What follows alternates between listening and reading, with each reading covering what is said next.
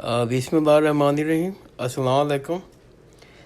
انشاءاللہ ہم آج بھی پروفیسر سید محمد سلیم رحمۃ اللہ علیہ کی کتاب اسلام کا نظام تعلیم، عہد رسالت، خلافت راشدہ اور بنو امیہ کا مطالعہ جاری رکھیں گے، اور اس حصے میں آج ہماری 13ویں نشست ہے، اور الحمدللہ ابھی تک ہم اس کے پیش لفظ باب اول سے باب چہارم تک مکمل کر چکے ہیں۔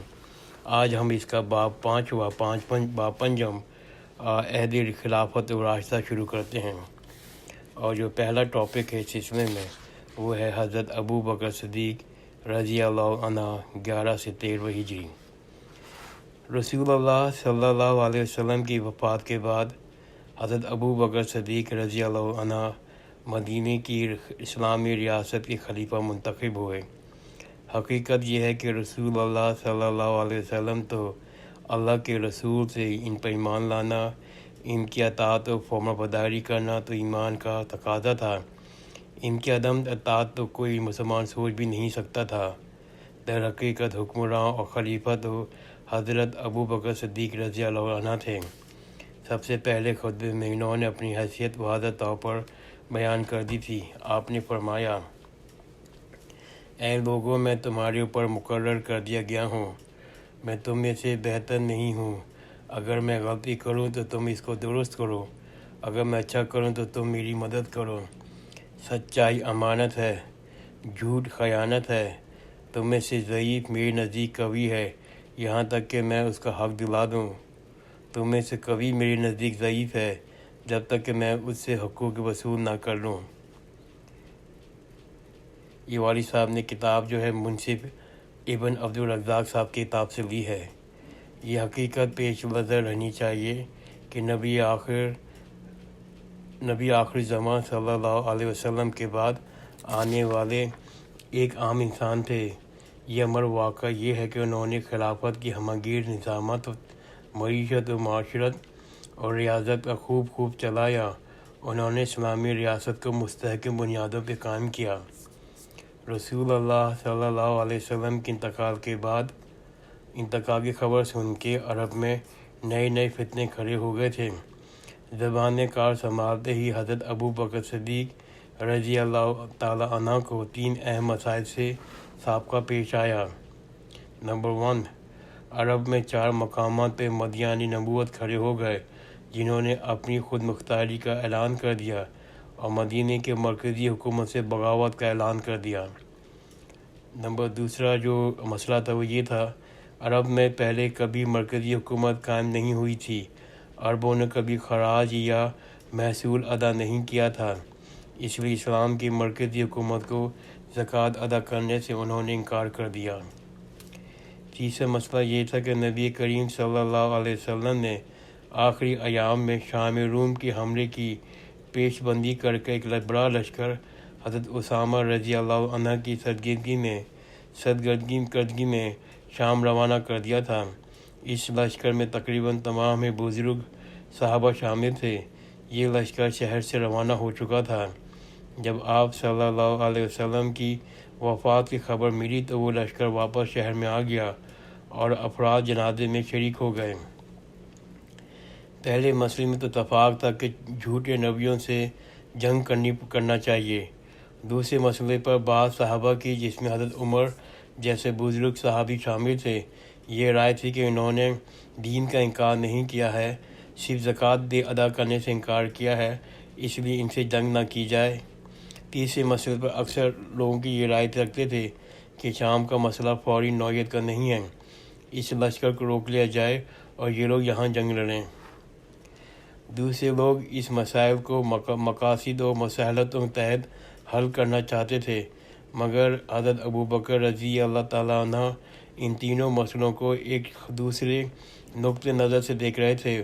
وہ ان کو دستوری اور آئینی مسئلہ سمجھتے تھے۔ دوسرے مسئلے کے متعلق ان کا کہنا یہ تھا کہ جو لوگ نماز اور زکوٰۃ میں فرق کریں، میں ان کے خلاف جہاد کروں گا۔ تیسرے مسئلے پہ وہ کہتے تھے، جس لشکر کو رسول اللہ صلی اللہ علیہ وسلم نے روانہ کیا ہے، اس کو ابو بکر صدیق رضی اللہ تعالیٰ عنہ کیسے روک سکتے ہیں؟ رسول اللہ صلی اللہ علیہ وسلم شاہراہ ہیں، ان کے کسی بھی حکم کو امتی کیسے روک سکتا ہے، ورنہ پھر تو کوئی بھی حکم محفوظ نہیں رہے گا۔ بہرکیف ان کی عظمت اور دور رس نگاہوں کا بالآخر سب نے تائید کی اور تینوں فتنوں کو ان کی ہزیمت نے ختم کر دیا۔ مگر اس کام میں 2.5 سال ختم ہو گئے اور ادھر ان کی عمر کا پیمانہ بھی لبریز ہو گیا۔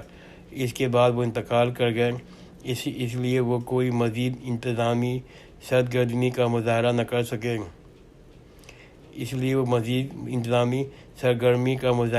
سکے۔ نظام تعلیم و تربیت جس انداز میں عہد رسالت میں جاری ہوا تھا، اسی انداز میں خلافت صدیقی میں بھی چلتا رہا۔ مساجد میں مکتب اور حلقہ ہائے تعلیم بدستور جاری رہے۔ قرآن مجید کی تدوین۔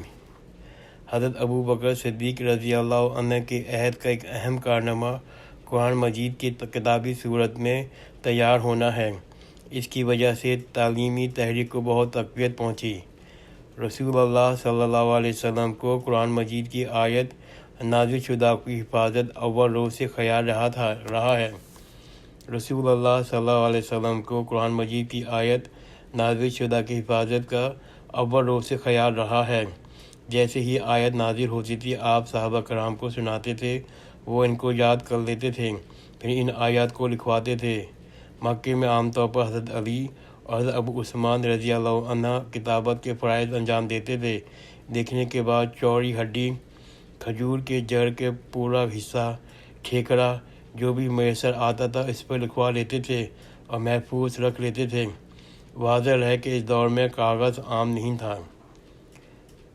آیات کا مقام اور ترتیب بھی آپ صلی اللہ علیہ وسلم ہی بتاتے جاتے تھے۔ بیک وقت کئی صورتیں زیر ترتیب رہتی تھیں۔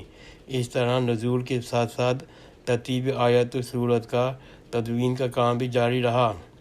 صحابہ کرام کے سینوں میں بھی محفوظ تھا۔ ہر سال رمضان کے مہینے میں حضرت جبریل علیہ السلام نازل شدہ حصے کی تلاوت کر دہراتے تھے اور آخری رمضان میں پورا قرآن حضرت جبریل علیہ السلام نے 2 مرتبہ سنایا تھا۔ اس طرح قرآن مجید اول روز سے موجودہ صورت سے موجودہ ترتیب سے پڑھا جاتا رہا ہے۔ رسول اللہ صلی اللہ علیہ وسلم کی وفات کے وقت بہت سے صحابہ کو مکمل قرآن مجید زبانی یاد تھا، جن میں 4 صحابہ مشہور ہیں: حضرت عثمان رضی اللہ عنہ، حضرت علی رضی اللہ عنہ، حضرت ابی بن کعب، حضرت زید بن ثابت انصاری رضی اللہ عنہ اور دوسرے اصحاب کو مختلف مقامات سے کثیر حصہ یاد تھا۔ حضرت ابو بکر صدیق رضی اللہ عنہ کے زمانے میں جنگیں پیش آئیں جس میں صحابہ کرام شہید ہوئے۔ ان میں خاصی تعداد حفاظ قرآن کی تھی۔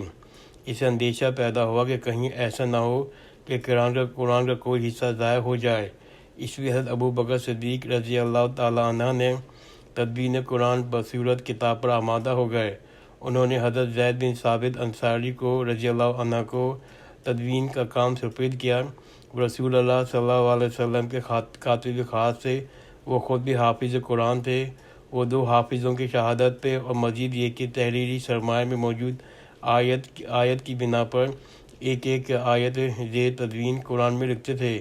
ترتیب وہی رکھی جو روز اول سے مدت اول تھی۔ اس طرح قرآن مجید کا پہلا نسخہ وفات رسول اللہ صلی اللہ علیہ وسلم کے 2 سال کے بعد مضبوط ہو گیا تھا۔